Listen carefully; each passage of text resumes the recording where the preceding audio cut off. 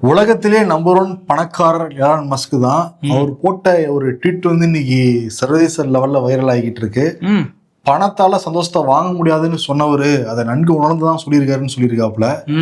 நம்மளும் பணம்லாம் சம்பாரிச்சுட்டு அப்ப நம்ம உணர்ந்து அதை நம்ம சொல்லிக்கலாம்.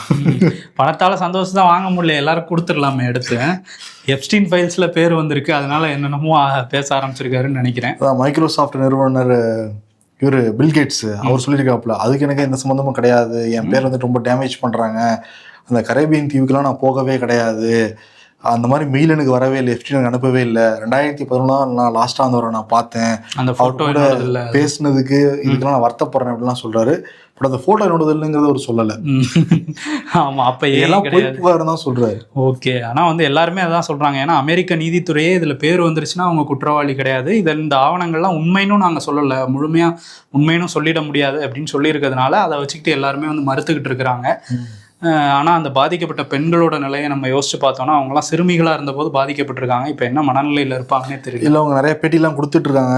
அந்த பேட்டி கொடுக்க ஆரம்பிக்கிறப்ப எல்லாம் கதறி கதறி அழுகுறாங்க. இது வரைக்கும் அந்த உடம்புலையும் சரி மனசுலையும் சரி அந்த வலி எங்களுக்கு இருந்துகிட்டே இருக்குங்கிறாங்க.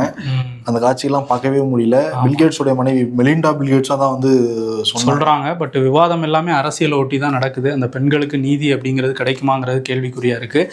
இன்னொரு பக்கம் வந்து ஆஸ்திரேலியாவில் ஒரு ஆஸ்டின் ஆப்பிள்பி அப்படிங்கிற ஒரு சிறுவன், அவங்க ஃபேமிலி வந்து ஒரு ஹாலிடேக்காக குவென்டிலோப் அப்படிங்கிற ஒரு பகுதிக்கு போயிருக்காங்க. அங்கே ஒரு சிறிய ரக போட், ஒரு படகு மாதிரி எடுத்துகிட்டு அதில் போயிருக்காங்க கடலுக்குள்ளே. காற்று வந்து ரொம்ப அடித்ததுனால அந்த கடல் பகுதிக்குள்ளே மாட்டிக்கிட்டாங்க. உடனே அவங்களோட அந்த மகன் ஆஸ்டின் கிட்ட அவங்க அம்மா சொல்லியிருக்காங்க, உன்னால் முடியும், நீ ரொம்ப ஸ்ட்ராங்கான ஆள், நீ போய் தகவல் சொல்லி எங்களெல்லாம் காப்பாற்று அப்படின்னு சொல்லி அனுப்பிச்சி விட்ருக்காங்க. அந்த சிறுவன் கிட்டத்தட்ட 4 கிலோமீட்டர் 4 மணி நேரம் கடல்லே ஸ்விம் பண்ணி வந்து காவல்துறைக்கு தகவல் சொல்லி திரும்ப அவங்க கொண்டு வந்து மீட்டுட்டாங்க அந்த ஃபேமிலியே. அவங்க அம்மா மட்டும் இல்லாமல் தம்பி தங்கை 2 பேரையுமே சேவ் பண்ணியிருக்க அந்த 13 வயது சிறுவனுக்கு ஆஸ்டினுக்கு வந்து உலகம் முழுக்க பாராட்டு குவிஞ்சிக்கிட்டு இருக்கு. 4 கிலோமீட்டர் நீங்க வந்திருக்காப்புல, அப்புறம் 2 கிலோமீட்டர் ஓடி போயிருக்காப்புல.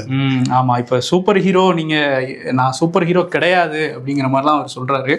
பட் சூப்பர் ஹீரோ ஆஸ்டின் தான் அவரை கொண்டாடிட்டு இருக்காங்க. நிச்சயமா 4 கிலோமீட்டர் நீந்துறதுங்கிறது சாதாரண விஷயமா? அப்பா எவ்வளோ எனர்ஜி தேவை, எவ்வளோ ஸ்டெமினா வந்து தேவை. ஆமாம்.